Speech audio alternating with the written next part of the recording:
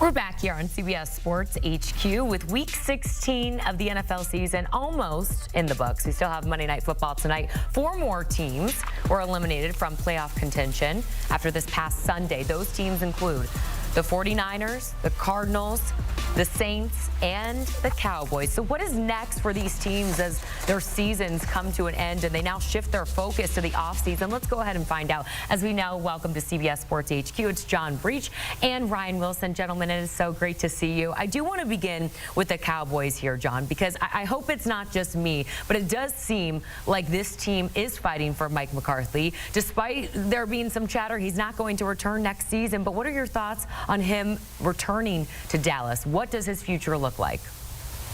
Jordan, it's almost an unreal situation because if you would have asked anyone in September if they thought Mike McCarthy would return, I think 0 out of 100 people would have thought that he had any chance of coming back. But then you see kind of what has happened this season. Obviously, the Dak Prescott injury happened, and now this team has won 3 of their past 4 games.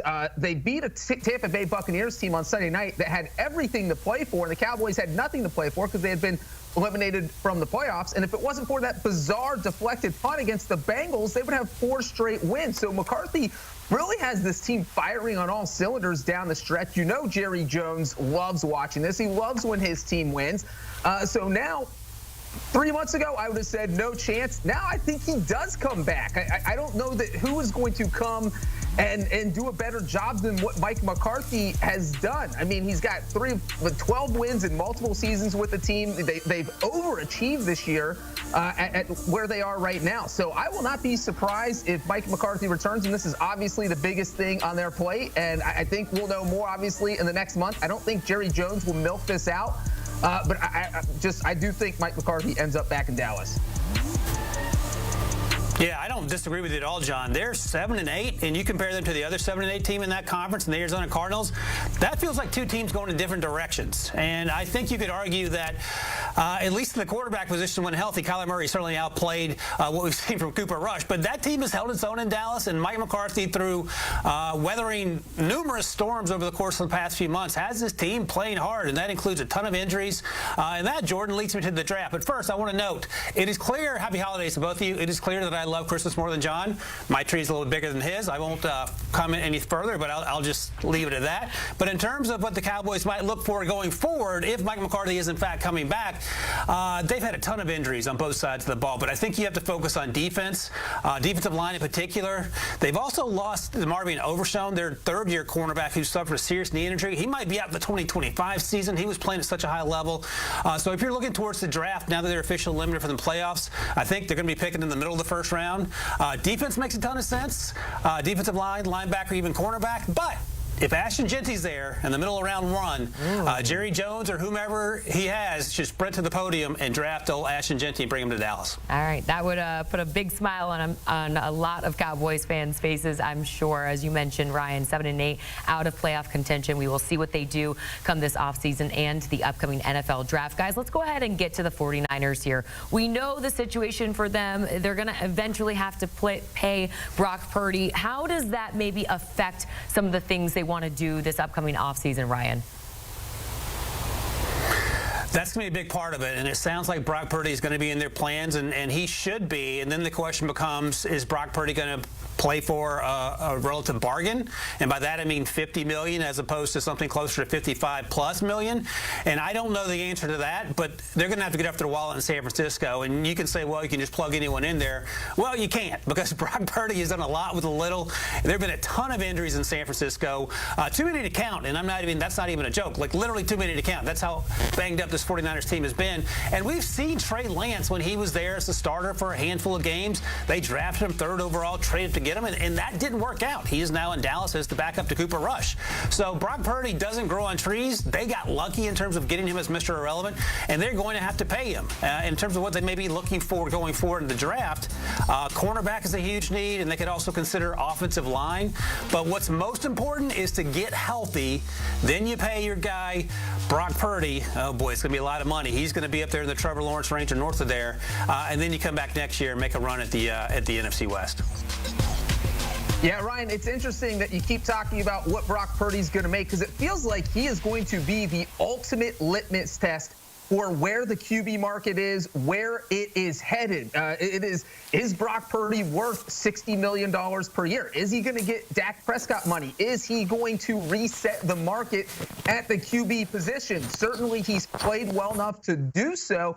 But we've also seen this year what has happened when he's been kind of forced to carry the team, when Christian McCaffrey has been injured, Brandon Ayuk has been injured, Trent Williams has been injured. They've been missing so many key players on offense, and Purdy has struggled because those players have been out. So is that a guy you want to give $60 million to?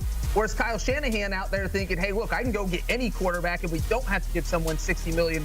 So we'll see. Be interesting to see how they're thinking. And when you look toward their offseason, really all their biggest question marks are probably on the defensive side of the ball. As we see here, Charvarius Ward is scheduled to be a free agent, Dre Greenlaw. So those are decisions you have to make. And one really interesting decision, I think, is going to be with Deebo Samuel. They gave the huge contract extension to Brandon Ayuk. Samuel hasn't been quite the same player this year that he's been in the past, even though he was going to be asked to carry more of the load because of all the injuries that have happened.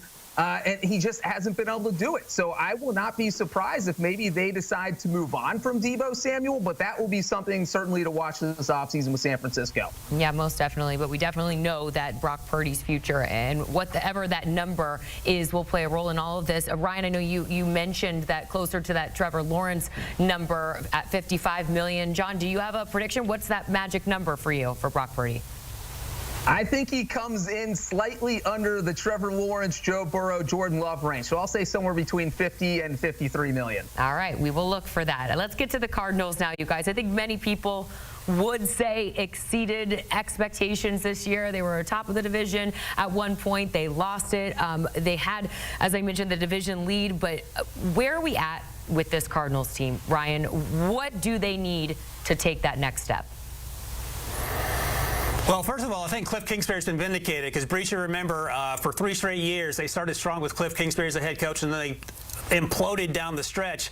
Cliff Kingsbury won yesterday with Washington, so maybe it's not him, but it feels like this team is cursed, Jordan, in the Southwest, that once the second half of the season comes, once the weather turns, they just don't play good football. And I think for, as you talked about, the first half of the season, there was a lot of reasons for optimism. Kyler Murray was playing well. Marvin Harrison never caught fire, but he was certainly getting better each and every week. Trey McBride flashed as a go-to tight end. But I think if you're looking toward the future, now that their playoff hopes are on the shelf officially, you got to shore up that defense. Jonathan Gannon, the head coach, is a defensive guy, and he's done a good job at times, but they need more help at the edge rush position. Last year, they drafted Darius Robinson, who was injured for much of the season. You get him some help. You get some help with interior defensive line. You can even go linebacker. Someone like Jalen Walker out of Georgia has been a fun player this season, who's going to keep his playoff hopes alive here with the Bulldogs when they play next week. But I think defense is where you start, because offense, at least at a skill position player, you're cooking. You might want to draft the right tackle to pair with Paris Johnson Jr. as well, your former first-round pick. But I would start defense and circle back, maybe shore up the offensive line, because Kyler Murray, the running game, and the wide receivers, they're ready to go. They just need a little bit of help.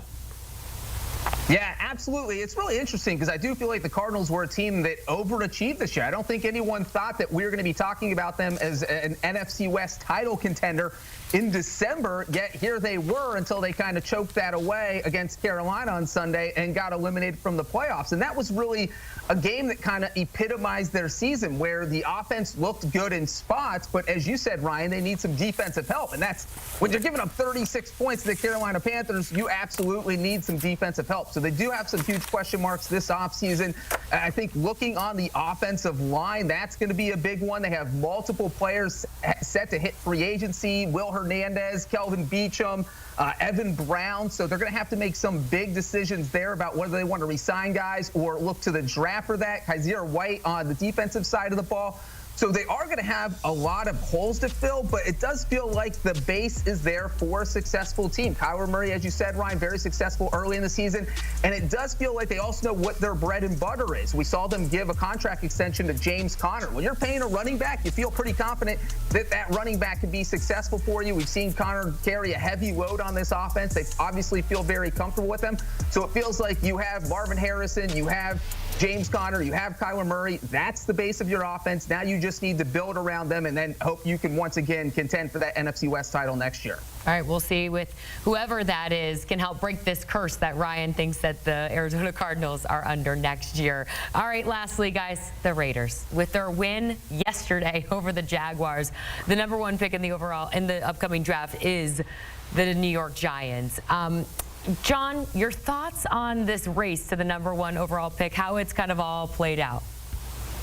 Well, you leave it up to the Raiders, Jordan. All they have to do is keep losing to get this #1 overall pick, and they can't even do that right. I mean, I'm sure that this is one of those games where Raiders fans were probably cheering against their team in the second half. Just lose to Jacksonville. It's not that hard. But no, the Raiders go out and win. And now, as we're seeing here, they just crushed their chances of getting the #1 overall pick. I mean, it's at almost zero. And if there was any team that could have used the top pick, it is absolutely Las Vegas. Because if you looked at how well they've been playing this year, they haven't been bad. Yes, they had a 10-game winning streak, very ugly, but they've had some close games where if they had just gotten better quarterback play, they probably could have pulled off an upset or two and added 3 or 4 more wins to what they've done this year. And so the quarterback play has been the big issue, whether it's been Aiden O'Connell or Gardner Minshew or Desmond Ridder. They're just throwing quarterbacks out there and hoping something sticks this year. Obviously, nothing really worked for them. And it makes it a lot easier to get a quarterback when you have the #1 overall pick. Now they might not be picking in the top 5, so that's going to make things a lot more difficult.